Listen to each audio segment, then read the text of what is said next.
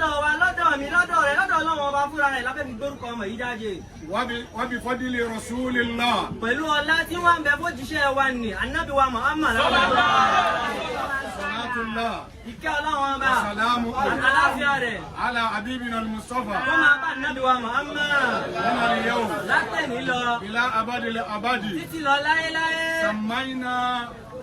Samaina hadha al-mawlud. A sọ ọmọ wa yìí ní orúkọ pé kó máa jẹ́ báyìí lọ látẹ̀ní. Bi'izni walidayhi. Pẹ̀lú yọ̀ǹda àwọn òbí rẹ̀ méjèèjì. Iza sami'tumuhu. Kíkó wa tá a bá ti gbórúkọ ọmọ yìí. Fakabbirullah. Ẹ jẹ́ gbọ́ lọ́wọ́ ọba tóbi lẹ́ẹ̀kan náà. Tá a bá ti gbọ́. Tá a bá ti gbọ́. Ẹ jẹ́ listen ká gbọ́. Ẹ jẹ́ tẹ́tí ká gbọ́. Tá a bá ti gbọ́. Tá a bá ti gbọ́. Ẹ gbọ́ lọ́wọ́ ọba tóbi lẹ́ẹ̀kan Ẹ náà. gbọ́ lọ́wọ́ ọba tóbi lẹ́ẹ̀kan náà. Min al-yawm. Látẹ̀ní lọ. Ila abadil abadi. Títí lọ láéláé. Samaina hadha al-mawlud. Ọmọ wa yóò máa jẹ́. Sharif.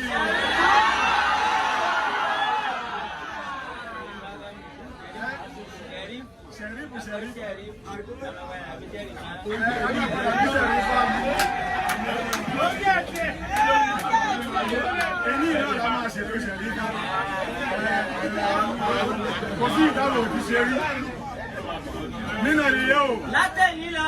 Ìlà àbádìlẹ̀ àbádì. Títí lọ láéláé. Sàmáìnà Adal Maulud. Orúkọ tọ́mọ wa yóò máa jẹ́. Bi'izni walidayhi. Pẹ̀lú yọ̀ǹda àwọn òbí rẹ̀ méjèèjì ni o. Sàmáìnà o. Orúkọ rẹ̀ ní. Sharif. Ó kọ ẹ̀kan o. Ó kọ ẹ̀kan tá a tún rí. Nínú ìyẹ́ o. Látẹ̀ní lọ. Ìlà àbádìlẹ̀ àbádì. Títí lọ láéláé táyé òfin ní jáyé mọ́. Ìlà yawmil qiyamah. Títí dọjọ́ ń gbèǹde àlìkìyámà. Tí ojú ẹ̀ lórí kó lajú. Sàmáìnà o. Orúkọ tọ́mọ wa yóò máa jẹ́. Sharif. Adúpẹ́ lọ́dọ̀ Ọlọ́run. Ìgbésẹ̀ méjì ló kù ká ṣe rọ́bà ni. Ìgbésẹ̀ méjì péré ló kù tábì ṣe rọ́bà ni.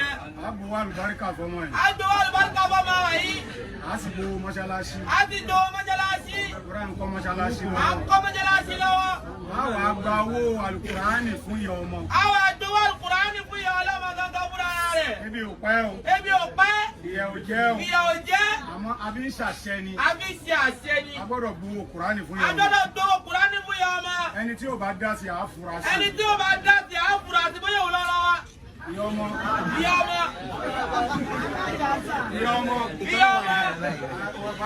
Láti bẹ̀ yẹn. Láti bẹ́ẹ̀ ni. Máa dá wákà fún ẹ. A dá